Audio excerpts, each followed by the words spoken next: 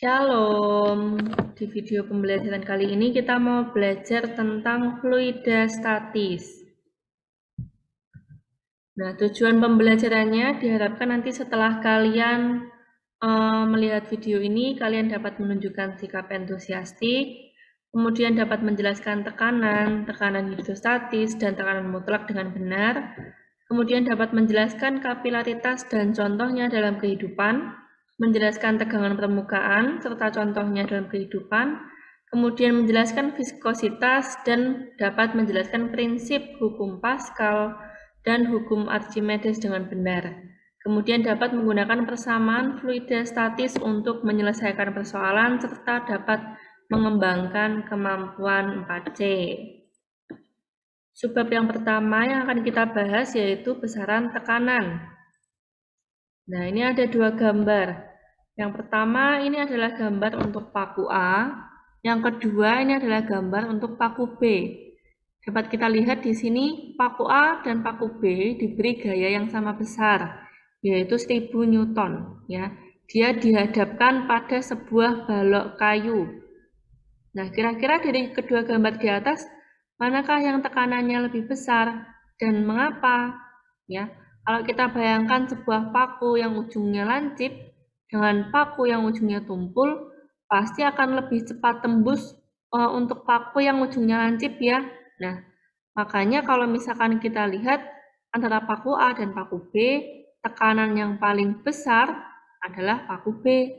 Kenapa? Karena dia penampangnya itu kecil, dalam artian lain dia ujungnya itu lancip. Nah, tekanan ini didefinisikan sebagai gaya normal atau tegak lurus ya posisinya. Dia bekerja pada suatu bidang dibagi dengan luas bidang tersebut. Nah, untuk persamaan matematisnya yaitu P sama dengan F dibagi dengan A. Nah, untuk satuan SI-nya, dia mengikuti dengan rumusannya. Kalau kita ketahui, satuan dari F atau gaya ini kan Newton. Satuan untuk luasan atau area, dia kan meter kuadrat ya. Makanya satuannya pasti Newton per meter kuadrat. Nah, Newton per meter kuadrat ini dapat disingkat. Jadi singkatan untuk satuan ini adalah satuan Pascal. Ya, jadi di sini 1 Pascal itu nilainya sama dengan 1 Newton per meter kuadrat. Nah, di bawah ini ada beberapa satuan lain selain satuan Pascal. Ya, untuk keperluan cuaca dia biasanya digunakan satuan atmosfer atau kita singkat dengan ATM. Kemudian ada juga yang menggunakan satuan CMHG atau MMHG dan milibar atau MB. Nah, 1 milibar itu sama dengan 0,001 bar. Nah, 1 bar ini nilainya sama dengan 10 pangkat 5 Pascal. Kemudian 1 ATM, dia kalau kita konversi menjadi satuan CMHG, nilainya adalah 76. Nah, kalau kita konversi ke satuan Pascal, nilainya adalah 1,01 kali 10 pangkat 5. Nah, tetapi biasanya kalau di konteks soal, itu kalau misalkan tidak diketahui 1 ATM berapa Pascal, kita selalu pakai nilainya adalah 1 dikali 10 pangkat 5. Jadi kita mengabaikan desimalnya. Nah, kemudian ada satuan lain nih. Untuk menghormati Torricelli, yaitu fisikawan Italia, dia penemu alat barometer, dia menetapkan satuan tekanan dalam torr. Ya, dengan nilainya 1 torr itu sama dengan 1 mmHg. Nah, ini ada contoh aplikasi tekanan dalam keseharian. Nah, ini di gambar sebelah kanan. Ini penampilan ice skating ya. Jadi ice skating ini termasuk peristiwa yang menerapkan tekanan. Jadi ini bisa kita lihat ini. Sepatu luncur, ini dia memiliki pisau pada bagian bawahnya. Ya, kalau kita lihat ini sepatunya ada bagian pisaunya. Nah, pisau ini dia memberi tekanan yang besar pada lantai es. Oke, maaf ini typo ya. Dia memberi tekanan yang besar pada lantai es yang beku, sehingga es yang berada tepat di bawah pisau, dia mencair. Tetapi di kiri kanannya tidak. Nah, cairan tepat di bawah pisau ini berfungsi sebagai pelumas. Jadi dia kalau misalkan ice skating, dia itu bisa meluncur dengan bebas, ya. Nah, sedangkan es beku di kiri dan kanan pisau, dia tetap mencengkram pisau sehingga sepatu luncur beserta pemain dapat meluncur di atas kolam beku. Contoh yang lain, ini ya sedang bermain ski. Nah, jadi pemain ski ini justru harus menggunakan sepatu ski yang memiliki luas bidang cukup besar. Tidak seperti ice skating ya. Kalau ice skating dia pakainya sepatu yang luas bidangnya itu kecil. Kalau ski kita pakainya luas bidangnya yang besar. Nah, ini tujuannya apa? Tujuannya supaya tekanan yang diberikan pemain ski yang berdiri pada sepatu ski, dia tidak membuat salju mencair, dan pemain ski dapat meluncur di atas salju. Nah, kemudian, pernahkah kalian berenang? Nah, kenapa kalau misalkan kita berenang, semakin dalam kita berenang, dada kita itu terasa sesak, dan kemudian telinganya itu terasa sakit, seakan-akan telinga kita itu ditekan, seperti itu. Nah, ini jawabannya karena adanya tekanan hidrostatis. Apa itu tekanan hidrostatis? Jadi tekanan hidrostatis, dia ini adalah tekanan zat cair yang hanya disebabkan oleh beratnya sendiri. Misalnya, kita anggap zat cair terdiri atas beberapa lapis, ya. Misalkan ini ada sebuah tabung diisi dengan sebuah zat cair. Ini kita anggap dia terdiri atas beberapa lapis. Nah, kalau di gambar ini kita gambarkan 2 lapis, begitu ya. Nah, lapisan bawah atau lapisan yang berwarna biru muda, ini ditekan oleh lapisan-lapisan di atasnya, sehingga dia mengalami tekanan yang lebih besar. Nah, sedangkan lapisan yang paling atas, dia ini hanya ditekan oleh udara yang di atasnya sini. Ya, dia ditekan.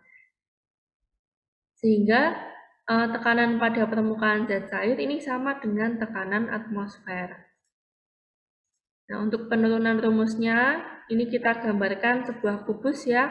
Kubus atau balok, ini dia memiliki panjang P, lebarnya L, tingginya H. Nah, bayangkan kita memiliki bangun seperti ini, kemudian luas penampangnya berbentuk persegi panjang. Ya, kita gambarkan dengan luasan yang diarsir atau yang kita gelapkan warnanya.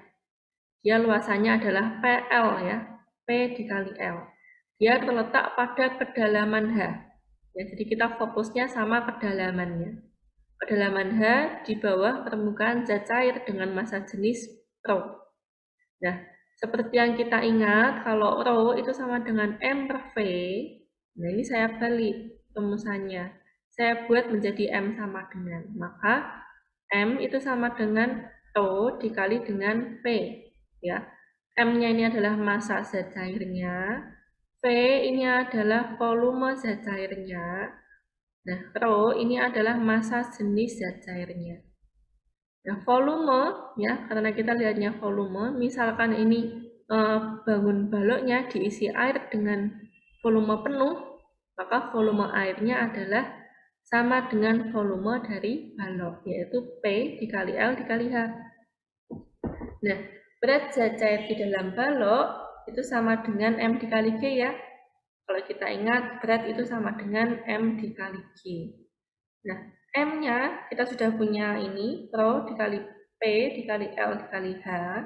Kemudian tinggal dikalikan dengan G. Maka kita dapatkan tekanan zat cairnya.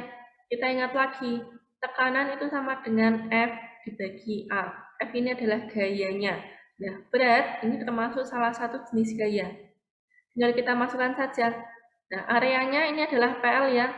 Berarti ρ dikali P dikali L dikali H dikali G dibagi dengan PL. Nah, PL dan PL ini habis. Menyisakan ρ dikali dengan G dan dikali H. Jadi bisa kita rumuskan bahwa tekanan hidrostatis zat cair atau kita simbolkan dengan pH ini dengan massa jenis ρ pada kedalaman H, dia dirumuskan sebagai pH sama dengan ρ GH.